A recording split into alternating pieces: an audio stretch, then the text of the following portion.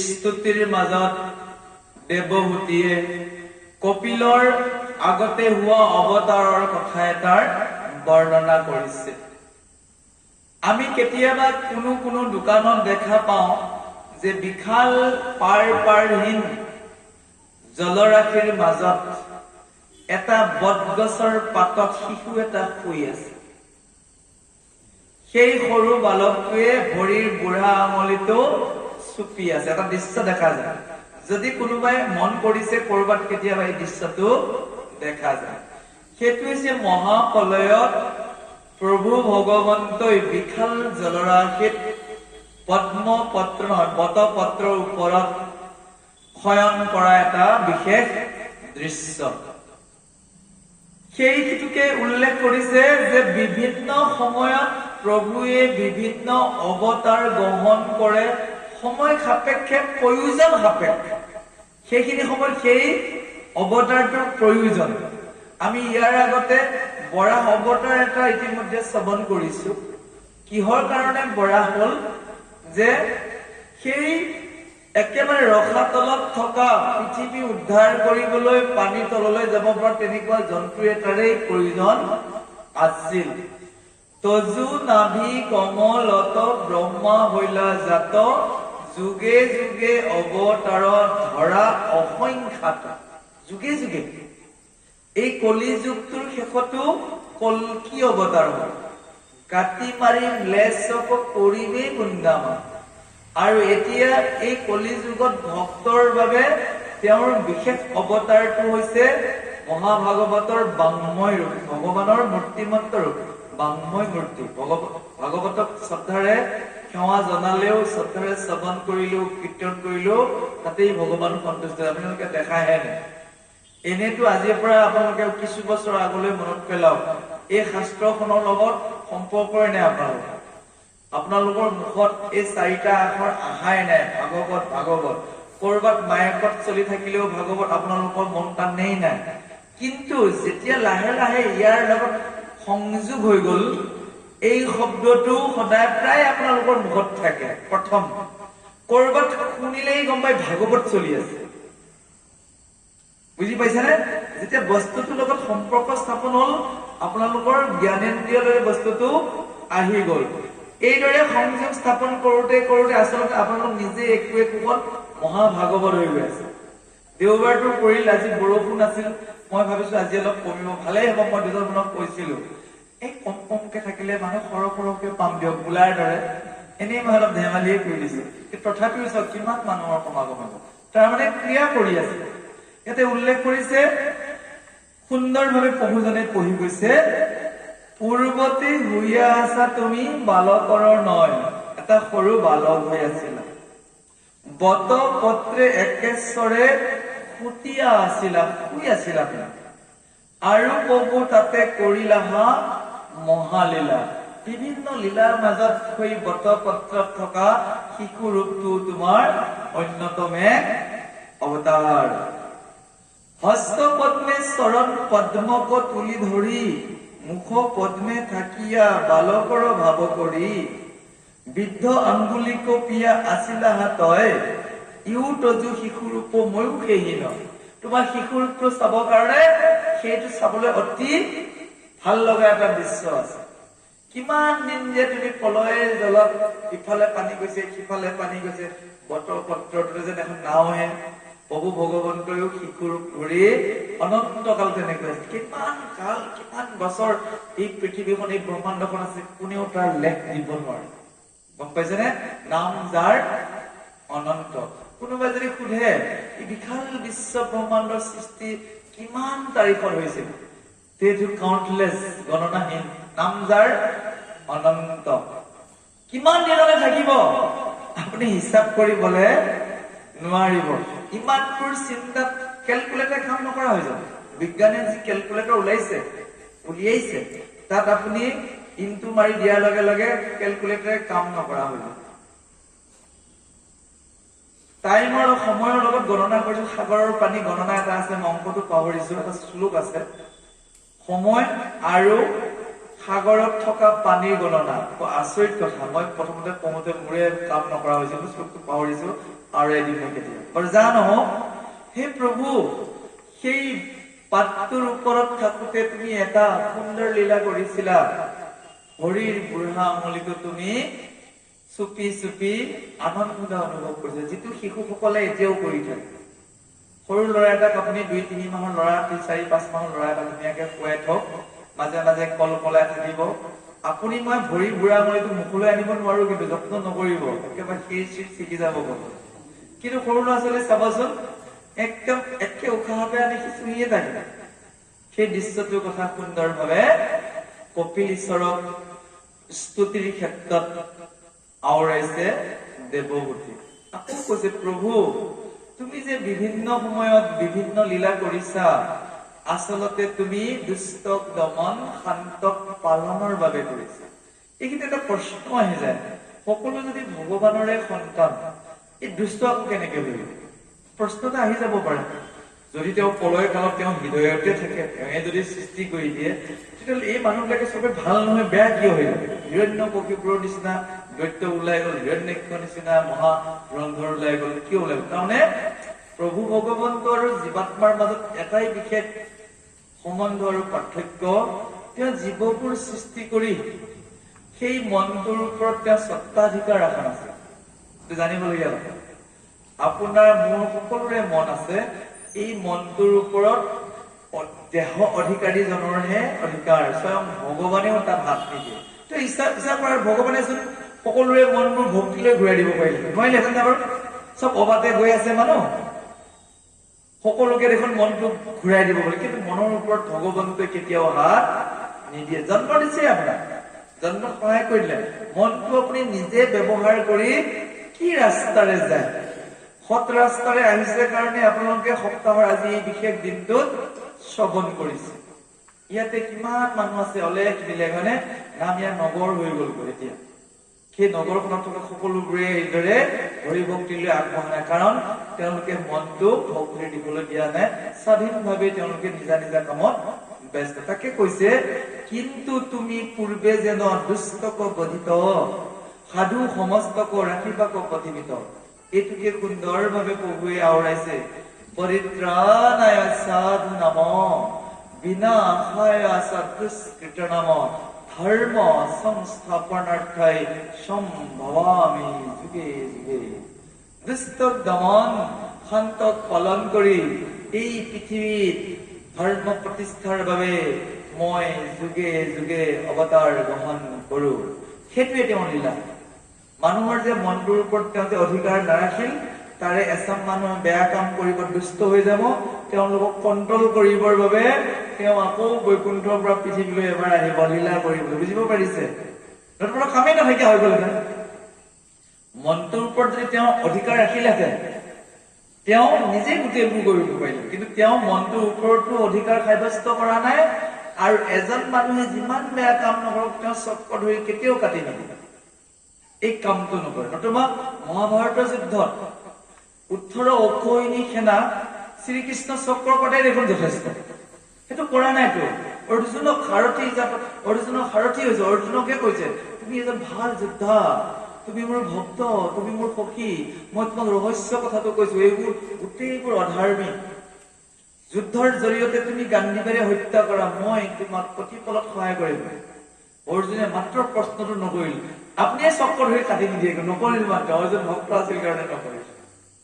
নতুবা অৰ্জুনে ইচ্ছা কৰাহে ক'ব পাৰিলেহেঁতেন যে আপুনি ইচ্ছা কৰিলে চক্ৰ এতিয়া চব কাটি দিব। নাই, ভগৱন্তই নিজৰ এই সন্তানৰূপী জীৱবোৰক হত্যা কেতিয়াও নকৰে, কাৰণ তেওঁ হত্যাৰ বিৰোধিতা কৰিছে। দুষ্ট হলে দমন কৰাটো বেলেগ কথা, আততায়ী এজনক হত্যা কৰিলে পাপ নাই, কিতাপ লিখা আছে আততায়ী। যদি আপোনাৰ প্ৰাণৰ সংশয় আছে, কোনোবাই যদি অস্ত্ৰ শস্ত্ৰ লৈ আপোনাক আনিবলৈ আহিছে, মাৰিবলৈ আহিছে, তাক আপুনি মুণ্ডন শিৰচ্ছেদ কৰি দিলেও আপোনাৰ পাপ নহয়। ঠিক তেনেকৈ প্ৰভু ভগৱন্তৰ যুদ্ধত বহুতো সৈন্য মাৰিছে, শিশুপালকে আদি কৰি, কিন্তু সেয়া তেওঁৰ লগত শত্ৰুতা কৰাৰ বাবে, কিন্তু বিনা অপৰাধত তেওঁ কাকো হত্যা কৰা নাই কাৰণে জীৱ হত্যা মহাপাপ। ক'ত ৰাখিছে কথা দেখিছে? তেওঁ নিজেই হত্যাৰ বিৰোধিতা কৰে, আৰু আমি যদি তেওঁৰ সেই মূল তত্ত্বটো নাজানি হত্যাৰ পক্ষত থাকো, জীৱ হত্যাক সমৰ্থন কৰিছো, তেতিয়াহ'লে সেইটো পাপলৈ গ'লে নাই। এইটো তত্ত্ব বুজি পাব লাগিব কথাটো, যে ভগৱন্তই যিটো আমাক আদেশ কৰা নাই আমি সেইটো নকৰিম। তাৰমানে ভক্তসকলে ভগৱন্তৰ পৰামৰ্শ আৰু ভগৱন্তৰ নিৰ্দেশনহে জীৱন পৰিচালনা কৰে, কাৰণ তেওঁ আমাৰ মালিক, আমি তেওঁৰ দাস। মালিকৰ কথা দাসে আখৰে আখৰে পালন কৰাৰ দৰে প্ৰভু ভগৱন্তই আমাক যি ৰাস্তা নিৰ্দেশিত কৰিছে তাতেহে আমাৰ জীৱন যাত্ৰা। বুজিব পাৰিছেনে বাৰু? সেইকাৰণে খাদ্যৰ ক্ষেত্ৰতো যে আমাৰ শৃংখল কথা আছে, তেওঁ যিটো নিৰ্দেশনা কৰিছে, তেওঁ কৈছে মোক অৰ্পণ কৰা খাদ্যটো তোমালোকৰ বাবে পাৰ্মিটেড, অনুমতি প্ৰাপ্ত। তোমালোকে যদি মোক অৰ্পণ কৰিব পাৰা, যদি মোক অৰ্পণ কৰিব পৰা নাই, সেইটো কিন্তু আচলতে ভকত বৈষ্ণৱৰ বাবে গ্ৰহণীয় নহয়। বহুত ডাঙৰ তত্ত্ব আছে। আচ্ছা, গোটেই কথাবোৰ লিংক আছে। আমি কেৱল সুস্থভাৱে ভাগৱত শাস্ত্ৰ বা অন্যান্য ধৰ্মশাস্ত্ৰৰ মাধ্যমেৰে কথাটো বুজি উঠি জীৱনত জীৱনলৈ আনিব লাগে। জ্ঞানবোৰ সদায় জীৱনলৈ আনিব লাগে, আনি তাক প্ৰয়োগ কৰিব লাগে। সেইজনেই মহান ভাগৱত। আহক অতি সুন্দৰভাৱে আৰু কেইটামান লীলাৰ কথা গুণানুকীৰ্তন কৰিছে দেৱহূতিয়ে, প্ৰভুজনৰ মধুৰ কণ্ঠেৰে আমি শ্ৰৱণ কৰো। জয় কৃষ্ণ।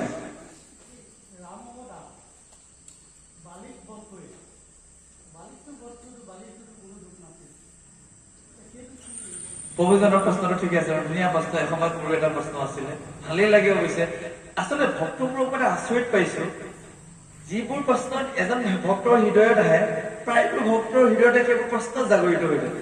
আপুনি কৰা প্ৰশ্নটো মই ৰামায়ণ পঢ়ি থাকোতে, সৰুতে পঢ়িছো মই ৰামায়ণ, তেতিয়া মোৰ প্ৰশ্নটো আহিছে। চাবলৈ প্ৰভু ভগৱন্তৰ এনেকুৱা এজন অনন্ত লীলা সম্পন্ন, পৰহিলৈ চতহিলৈ কি হব তেওঁ সকলোবোৰ জানে, ভূত ভৱিষ্যত চব জানে। তেওঁ গম পাই আছে যে দাপৰত তেওঁ লীলা কৰিবলৈ কৃষ্ণ হিচাপে আহিব, কোনেও তেওঁক বধ কৰিব নোৱাৰিব। তেওঁ যাব লাগিব, আহাতটো আহিবই, পৃথিৱীয়ে আহ্বান কৰি দিব, বসুদেৱ দৈৱকীৰ গৰ্ভত তেওঁ আহিবই। কিন্তু যোৱা ৰাস্তাটো ক্লিয়াৰ কৰি থব লাগিব নহয়, সেইটো আগতে ক্লিয়াৰ কৰি থৈ দিছে। গম পাইছে? উত্তৰ কলে নে কব? যদি ৰাম অৱতাৰত নিৰপৰাধী বালিক যদি হত্যা নকৰে, তাৰ পুত্ৰ অংগদে যদি প্ৰতিশোধ লম বুলি নকয়, তেতিয়াহ'লে কৃষ্ণ অৱতাৰতে সামৰিব কেনেকে? প্ৰশ্নটো বুজি পাইছেনে বাবু? বিৰাট ৰসাল প্ৰশ্ন একদম। যেতিয়া সঁচাকে মই অকণমান উনুকিয়াই দিছো প্ৰভুজনৰ কথা, অকণমান ৰামায়ণৰ ওচৰলৈ যাওঁ, যে ৰামচন্দ্ৰৰ ইতিমধ্যে সীতা হৰণ হৈ গল। ৰামচন্দ্ৰই মানৱীয় দৃষ্টিৰে কি কৰিছে, কান্দি কান্দি লক্ষ্মণৰ লগত সীতা প্ৰিয় সীতা বুলি ফুৰোতে ফুৰোতে অৱশেষত জটায়ুক লগ পালে। ইতিমধ্যে আহি আহি আহি আহি তেওঁ কিস্কিন্ধাত হনুমানৰ লগতো লগ পালে। দেখা সাক্ষাৎ হৈ গল আৰু দুই ভক্ত আৰু ভগৱান। শেষত গম পাই গল, যদিহে এই সাগৰখন পাৰ হব লগা হয়, সেতু বান্ধিব লাগিব। অকমান ধৰ্মীয় কথাৰ কাৰণে বিয়াৰিছে দেই বহু আলোচনা হে আমাৰ, যে এই সেতু বন্ধন নকৰালৈকে তেওঁ সেতু বন্ধনৰ বাবে তেওঁক সৈন্য লাগিব। সৈন্য লাগিব লগে হনুমন্তই কৈছে যে আমাৰ ৰজাজন আছে, বালি অত্যাচাৰী, সুগ্ৰীৱ হল ভক্ত, ভকতক ৰক্ষা কৰিব লগা হলে আপুনি কি কৰিব, বালিক বধ কৰিব লাগিব।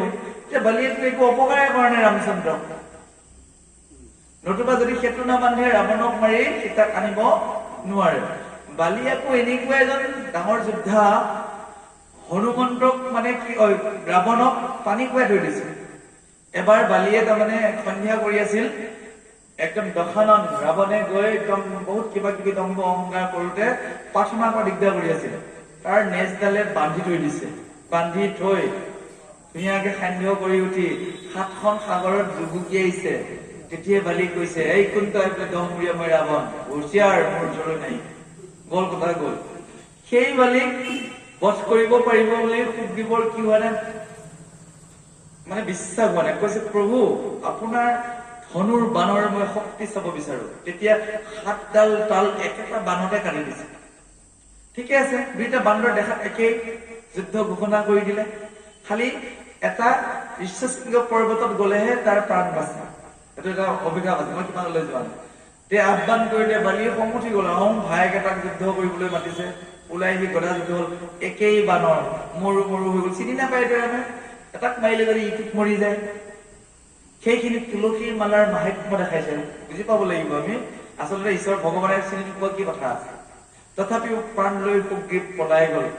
কৈছে, ৰামক কৈছে, আপোনাৰ ওপৰত মোৰ বিশ্বাস হেৰাই গল, মৰিলেও কৈছে নহয়, দুইজন দেখা দেখে কোনজন যদি শত্ৰুক মৰতে মৃত্যুত লাগি গলে মোৰ আৰু পাপ লাগিব। তুমি এটা কাম কৰা, আকৌ এবাৰ যুদ্ধৰ আহ্বান কৰা, তুমি এটা তুলসী মালা পিন্ধিব লাগিছে। তুলসী মাহাত্ম্য ৰামায়ণত কেনেকে সোমাইছে, ভকতৰ কণ্ঠত তুলসী মালা থাকে নে নাথাকে? থাকে।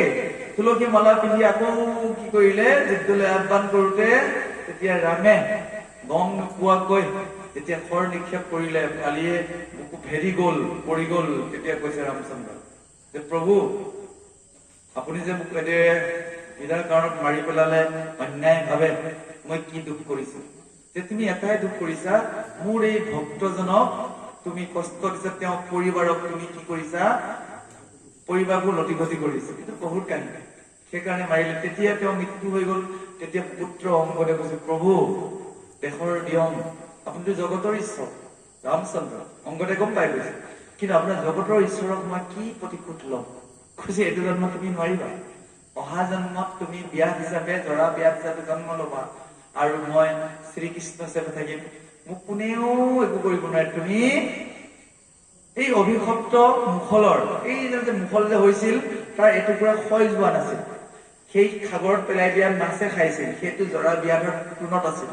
যেতিয়া কৃষ্ণই নিজৰ যদুবংশ ধ্বংস কৰি তেওঁৰ পৰম ধামলৈ যাবলৈ চেলু এটা লাগিব, তেতিয়া হৰিণ যেন দেখা পায় সেই কাৰপাত অংগতে। এই অংগতে যদি টেটাত থাকি দাপৰত কি হৈছিল? জৰা ব্যাধ হৈছিল। আপুনি ময়ো সত্য যুগ, টেটা যুগ, দাপৰ যুগত আহি আছো পাৰ হয়, খালি আমি জাতি স্মৰণ। কিন্তু ভাগ্যৱান আমি এইবাৰ কলি যুগত হৰিনাম পাইছো, ভাগৱত পাইছো, সৰকি যাবলৈ ধুনীয়াকে প্ৰভুজনৰ পদটো এবাৰ গাই আমি আগবাঢ়িছো। সত্য যুগে আছিল যতেক পানী, কলিতো জন্মিব বোলে কৈ খানি। সত্য যুগে কৰি ধ্যান সমাধি, টেটাত নানা যজ্ঞ আৰাধি, দাপৰে পুঁজি নানা ভক্তি ভাৱে, কলিত কীৰ্তনে সিটো গতি ভাৱে। কীৰ্তন আছো না এতিয়া, এইবাৰ গতি পোৱাৰ বিশেষ পন্থা, এইবাৰ কিন্তু মিছ নকৰিব দেই, অনুৰোধ কৰিছো। আহক আমি শ্ৰৱণ কৰিছো। জয় কৃষ্ণ গোবিন্দ।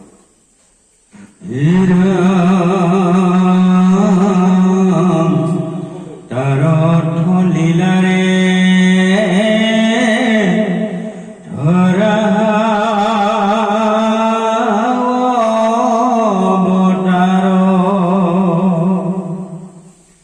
হে ৰাম বৰমণি সিংহৱাদী জগত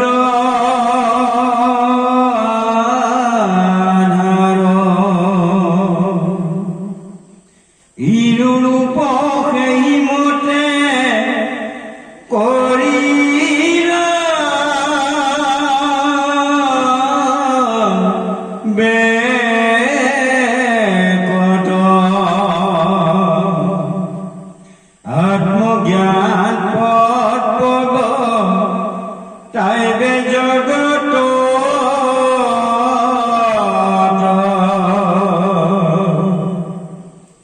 এরমে থেকে তোমাক দেখি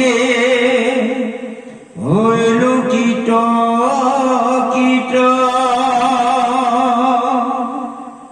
কি কহিবে লাগে বাপ ই কথা নিত, তজু নাম শ্ৰৱণ কি তন যিটো কৰে, নহিবা প্ৰসংগে কদা চিত মনে স্মৰে।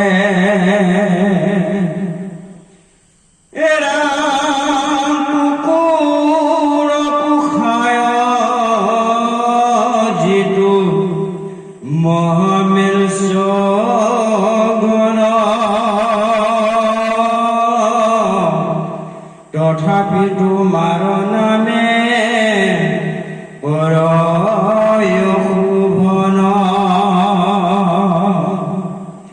জগত পাত্ৰ পাতিবাৰ